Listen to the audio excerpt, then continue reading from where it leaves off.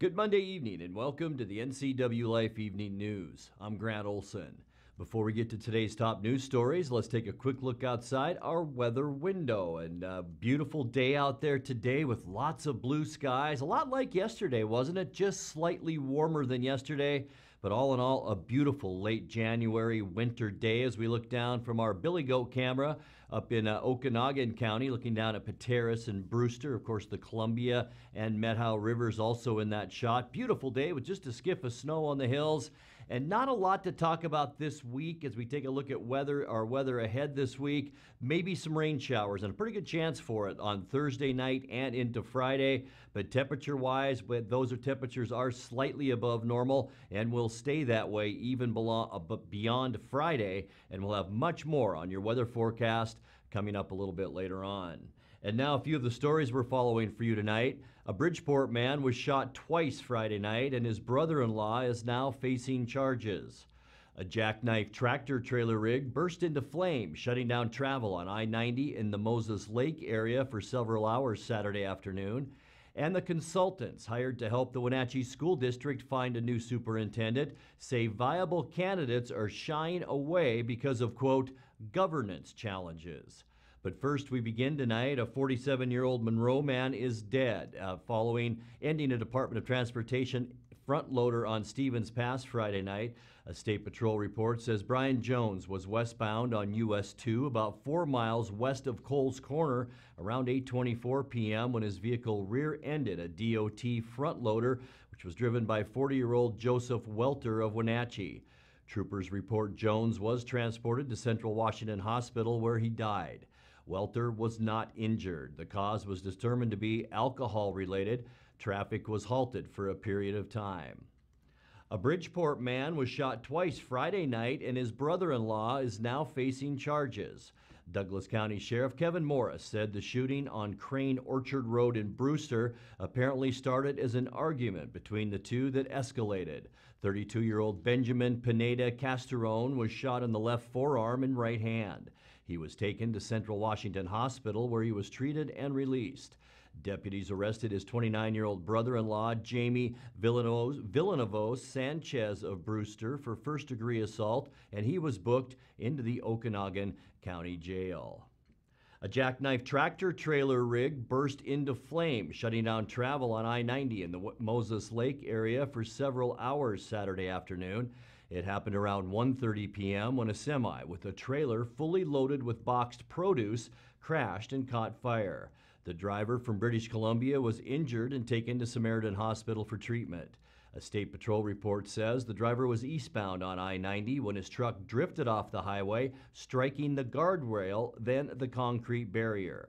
The rear drive axles of the trailer and 2 axles from the truck were ripped off, and the frames came to rest on the bridge deck.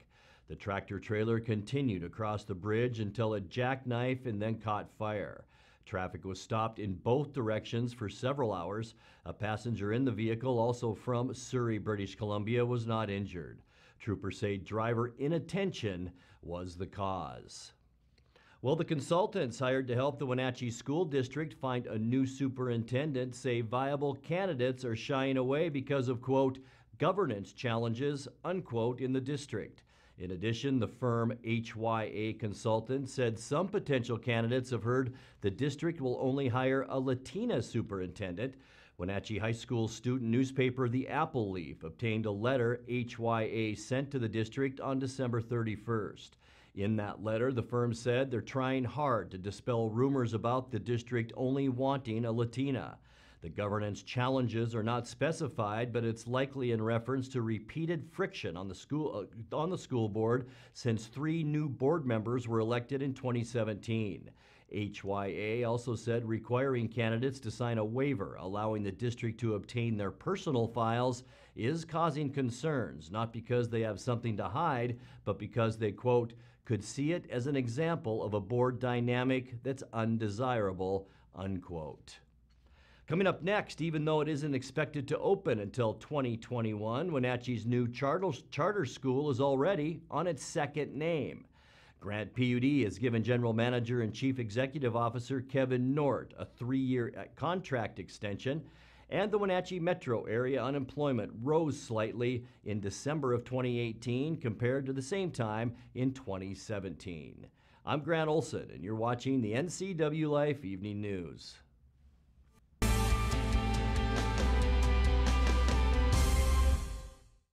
If you want to work in healthcare, choose the program that teaches the skills employers want. The Charter College Medical Assistant Program combines hands-on learning in the lab with convenient online learning, plus real-life experience with an externship. Classes start every 5 weeks, so you don't have to wait to launch your new career. Enroll with confidence, knowing Charter is institutionally accredited by the Accrediting Bureau of Health Education Schools, and be ready to work in less than a year. Charter College. We work to get you to work. Thanks to the help I received at Goodwill, I have a job. I'm working now. Thanks to Goodwill. Thank you, Goodwill. Thank you, Goodwill. Thank you, Goodwill. Thank you, Goodwill. Goodwill's Employment Connection Center is a free walk-in job search assistance program designed to get you back to work. When you donate to or shop at Goodwill, you're really helping people find work. Thank you. Goodwill, there's more behind the store. It's estimated that 1/3 of Americans do not have a financial plan. At D.A. Davidson, their advisors are working to change that because they understand the importance of planning for the future. At D.A. Davidson, they believe in partnering together to build a strategy tailored to your needs. They spend the time and have the knowledge to help keep your financial future on track. Let D.A. Davidson Financial Advisors of Wenatchee put the strength of advice to work for you.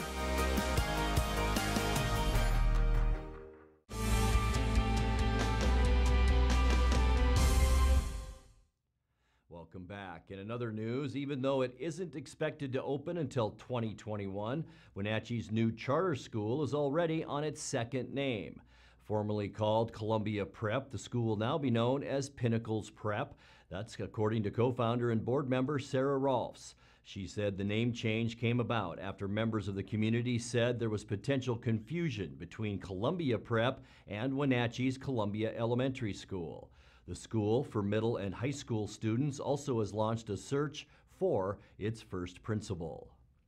Grant PUD has given General Manager and Chief Executive Officer Kevin Nort a 3-year contract extension. Nort has been with the PUD since 2004 and was promoted to his current position in 2016. Under the new contract, an additional year will be added to that contract annually unless he's given at least 90 days notice. He will maintain his current salary of $292,032 with annual raises to be determined by the PUD board. In addition, he'll have $20,000 deposited each year into a retirement account. The Wenatchee metro area unemployment rose slightly in December of 2018 compared to the same time in 2017. The latest report from the Washington State Employment Security Department shows last month's unemployment rate rose from 6% in December 2017 to 6.1% in 2018, a 1/10 point increase. However, non-farm employment in Chelan and Douglas County remains strong. Between the Decembers of 2017 and 2018, the number of non-farm jobs in the Wenatchee Metropolitan Statistical Area, which includes Chelan and Douglas counties, rose by 500 workers, a 1.1% upturn. In the Wenatchee metro area, preliminary estimates show the annual average unemployment rate fell from 5.1 to 4.9% between 2017 and 2018. You're watching the NCWLIFE Evening News. Coming up next, tonight's features story and your complete local weather forecast. That and much more still to come on the NCWLIFE Evening News. Stay with us.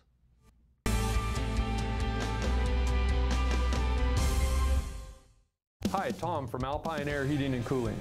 When you think of Alpine Air in Wenatchee, think of professional, friendly customer service for all your heating and cooling needs. Alpine Air partners with Carrier, manufacturers of some of the best heating and air conditioning equipment available today. Turn to the experts at Carrier and Alpine Air. Visit our store in Wenatchee, meet our people, see our shop. Heat and air, call Alpine Air, 662-6846. Arctic Refrigeration and Heating, serving North Central Washington, is proud to offer the finest heating and cooling air quality products along with prompt and professional customer service since 1984. Regardless of the temperature outside, Arctic is here for you.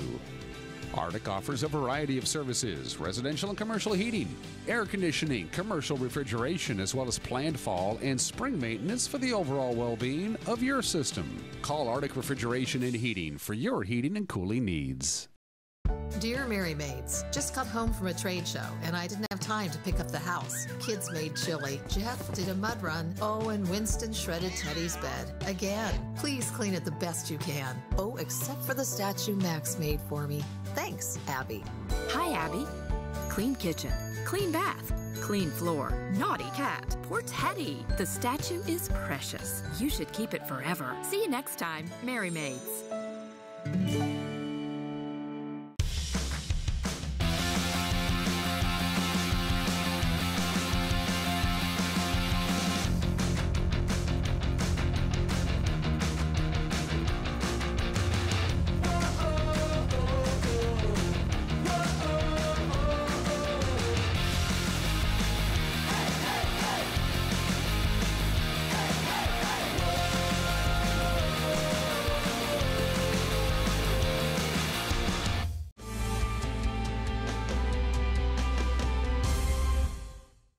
Welcome back to the NCWLIFE Evening News. In tonight's featured story, a marijuana-related legislative bill was the topic of a hearing last week in Olympia.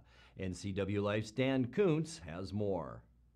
Legislation that would allow residents of Washington State to grow their own recreational marijuana received a hearing last week in Olympia. The bill allows adults over the age of 21 to grow up to 6 pot plants for a single home and up to 15 plants for multi-adult units. The law would require growers to post personal identifiable information at the grow site. Representative Brian Blake of Aberdeen authored HB 1131.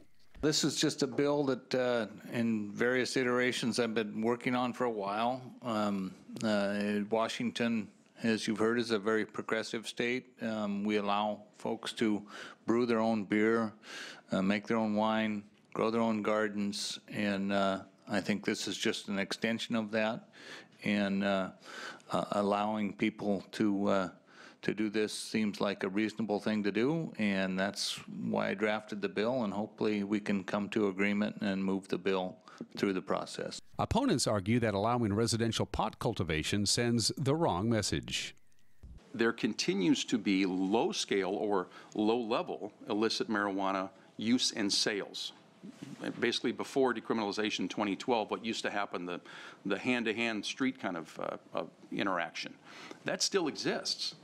And because of the permissive environment, because of the view of the public that, well, this is legal now, so why would law enforcement and prosecutors spend their time on this? There's relatively low risk to that.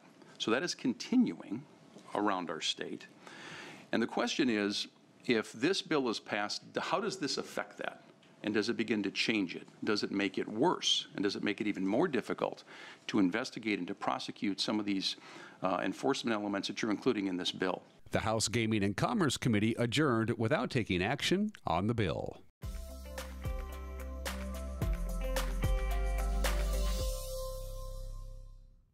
Time now for a check of your North Central Washington weather forecast. But before we get to those details, why not? Let's take a look outside our weather window. And on a beautiful January day like this, let's look out the window. Blue sky out there, lots of sunshine as we look down from our jump-off ridge. No, it's our Billy Goat camera, right? Yeah, up in Okanagan County, overlooking Brewster and Pateros. Of course, the Columbia River and the Methow River, and not much snow up that way either. There is a little bit more snow in the higher elevations, according to Uriah, up around Tenasket and Tunk Mountain up that way. Lots of snow there, but not much down in the lower levels, and it doesn't look like that is going to change all that much over the next about 7 to 10 days, even though we do have some wet stuff coming our way. Today's high temperature, I don't think anybody's going to complain about it. 41 degrees this afternoon. 37 is where we should be for this time of year. We started off at 27, which is about where we should be for this time of year.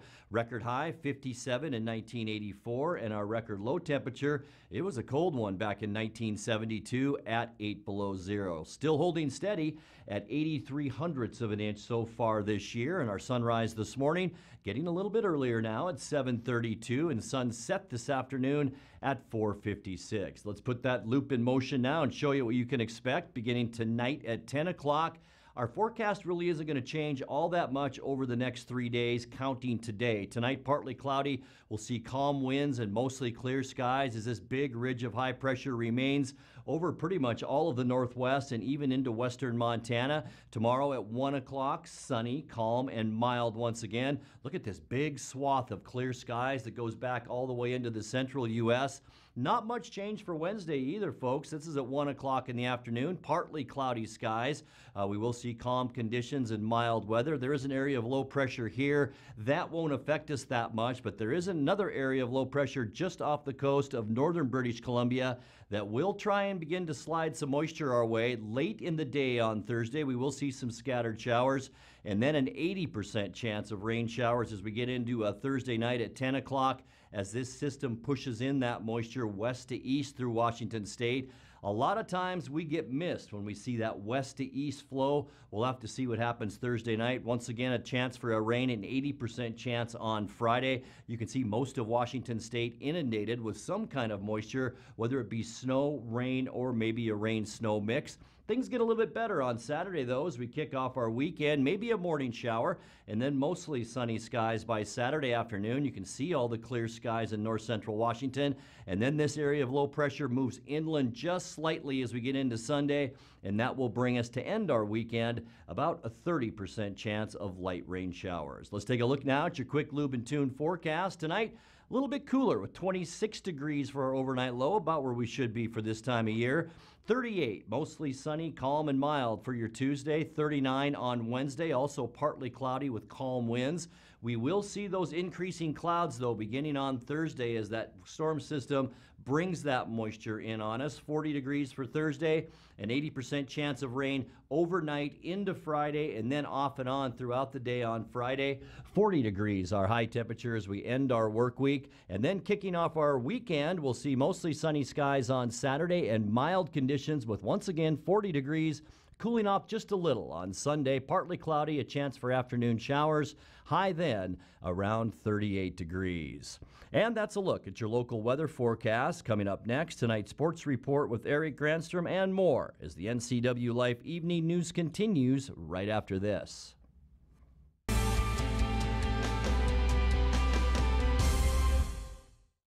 Are you watching me? If you're watching me and you are a business owner in North Central Washington, your potential customers could be seeing your TV commercial right now.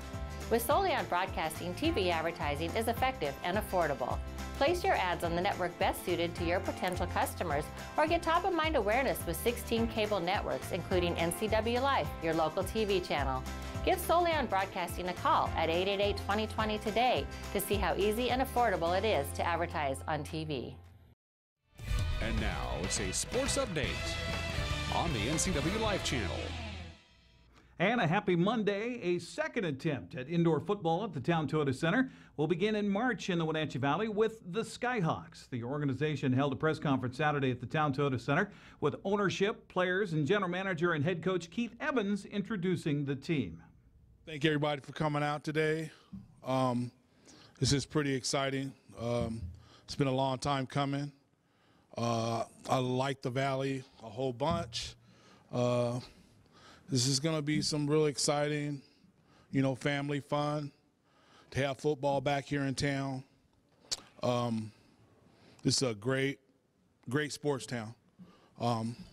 Just from my experience of being here in the past, just really excited to get going. We definitely want the community support. Coach Evans explains the difference between regular and indoor football. The main difference is that we play on a 50-yard football field, and it is 8-on-8 versus your 11-on-11. High scoring, no punting. You're either going to go for it on fourth down or field goal try. Obviously a 50-yard field, so you'll see some kickers going for that. That 40-something yard field goal, 50-yard field goal. Ball goes in the stands. The fan keeps it, which is really nice because we will have autograph signings after the games. So you get to meet your Skyhawk players. It's just fast-paced, high-scoring. I mean, we'll average somewhere between the high 60, 70 points a game, and I'll make sure of that. Now, Evans was the coach and general manager of the Wenatchee Valley Venom in 2010, a team that folded after 2 years because of poor attendance and financial troubles. The Skyhawks will play in the American West Conference against 4 other teams in Tri-Cities, Napa, Idaho, Reno, Nevada, and Sacramento, California. Co-owners of the Skyhawks are Theo Hall and Craig Wright, both from Tacoma. Wright says they have a passion for bringing winning football to the Wenatchee Valley. The ability for families to come out to a great football game was something that Theo and I both enjoyed when we were growing up, and so certainly our heart to develop football so that families can come in and have a great time together. You know, you'll have ups and downs, you'll have wins and losses, but the ability to come together as a community, the ability to come together as a family and experience football is something that that has driven Theo and I for quite a few years. Hall says he's familiar with the Wenatchee Valley and has high hopes for the Skyhawks. And I also hail from Tacoma, but I do have ties here. I played at the Wenatchee Valley College here in the 90s, so I was one of the last part of the teams that before they lost their program here in Wenatchee. You know, I played Portland State, got a couple times, you know, with some pro teams and things like that as well, as far as arena and a little bit of stunt at the NFL, not for long league. So my background is really building championship teams. We've built championship teams before. We want to try to bring a championship to Wenatchee Valley. The Skyhawks will begin training camp in early March with the first of 6 home games March 28th against the Tri-Cities Fire. You can see the entire press conference on our website, NCWLIFE.com. Well, the Wenatchee Wild have now lost 4 straight after dropping a pair of games at the Town Toyota Center over the weekend. On Friday, a 3-goal outburst by Langley in the second period. Too much for the Wild to overcome, and a 6-2 loss. A.J. Hodges and Christophe Tellier tallied goals for Wenatchee in the loss. On Saturday, it took Marco Reifenberger's goal with less than 5 minutes to play to send it into overtime, and after a scoreless extra period, it went to a shootout where the Chilliwack Chiefs scored 2 goals to Wenatchee's 1 for a 2-1 win. Arch Ecker had the call on the Wenatchee Wild Hockey Network. High slot, poke checked away, and taken off on a break. A partial break is Bowen, and he can't get the shot, but Fletcher was there, and Bowen took a dive. Went diving face first. They're going to call the penalty on Fletcher. They're going to give him, maybe they'll give him a penalty shot here, I think. Going for a swim. So here we go. Left-handed shot, angles over to his right. He comes in, he shoots, and he scores. A wrister on the glove side. A penalty shot for the Chiefs, and they cash in. So Reifenberger to take the draw across from Blaisdell. Wins the draw, and the Wild hold it in. There's Modry. Shot, score!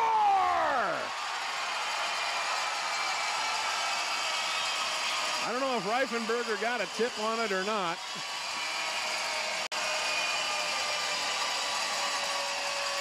And I suspect he did. Played by Modry, then taken away. Bucco sloughs it out front, back to the point. And Kelly won't be able to get a shot off before the horn sounds. This game is going to be decided in overtime. How about that? And then sharply across for Fletcher. He's in, back across, and unable to connect with Bart. He was wide open on the backside, and the pass didn't get there. Up high, Blaisdell curls to the backhand, walks in front, shot, save made, rebound, and it's covered up by Sandquist. But this one's going to be punched away by the Chiefs. It's over to Wall on the near side, swept off his blade into the corner, and this one will be decided in a shootout. Bucco, the big left-handed shooter, started the season with Wenatchee. Comes across, he's so slow, and he dangles it through the 5-hole, and he scores. And Matt Gaszewski will get the call. He has to score to keep it going. So the left-handed shot is from Wilton, Connecticut. He's in, he shoots, he scores! A good, crisp snapshot. Some chirping from the Chiefs bench. Wilkie's a right-handed shot. Arcs way wide to his right. In at a good head of steam, and he shoots low and in. And the Wild will go to the local boy, Matt Dorsey.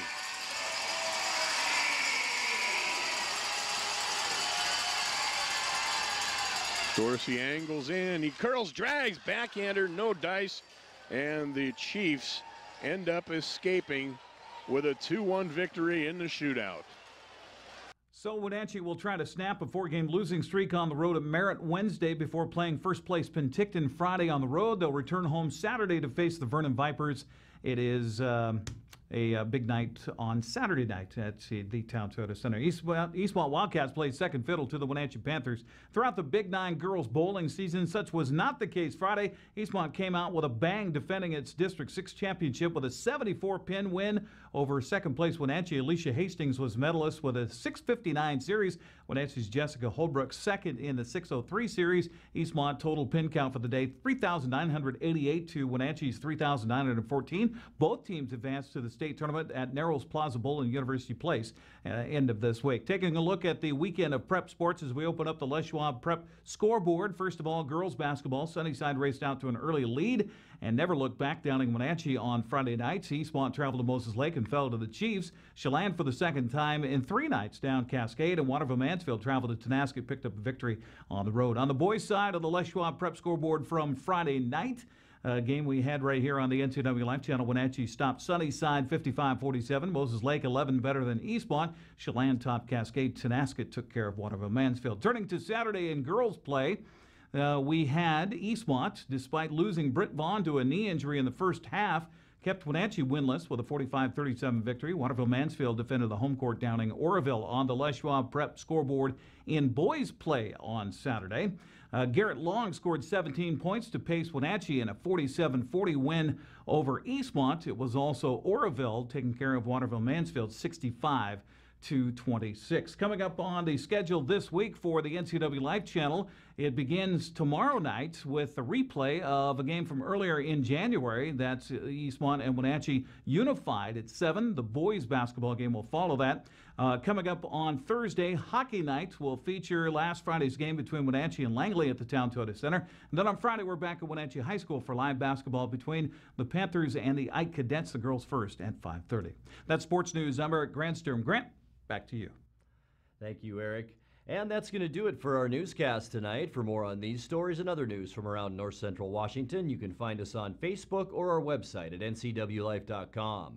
And remember, if you see news happening, we'd like to hear from you. You can send us an email at news@ncwlife.com or give us a call at 888-6295. Also, keep it right here on the NCWLIFE channel tomorrow morning for Wake Up Wenatchee Valley with host Dan Kuntz.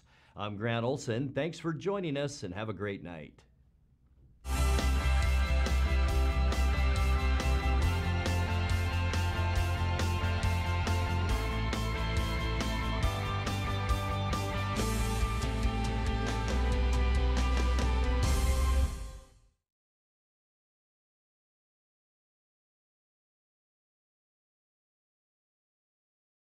The NCWLIFE channel is your home for local news, local weather, and events including live local high school sports. Watch inspiring local shows featuring local people. Don't miss Wake Up Wenatchee Valley. Let's Learn, Guada TV, Street Talk and Other Stuff, the 12th District, Life with Lisa, and the Arbiter of Stoke. NCWLIFE channel is your local TV station. When you call Dick's Heating and Air Conditioning, you get 35 years of experience and customer service in the Wenatchee Valley. Dick's friendly staff strongly believe in repairing before replacing and service all major brands of HVAC units. Dick's Heating and Air Conditioning is your local, independent, trained comfort specialists, proudly serving all of North Central Washington. Call 884-6444 today. Hey there, Wenatchee. I'm Sean Lee, and I'm inviting you to check out the NCW Movie Guide to keep up on what movies are playing in our town.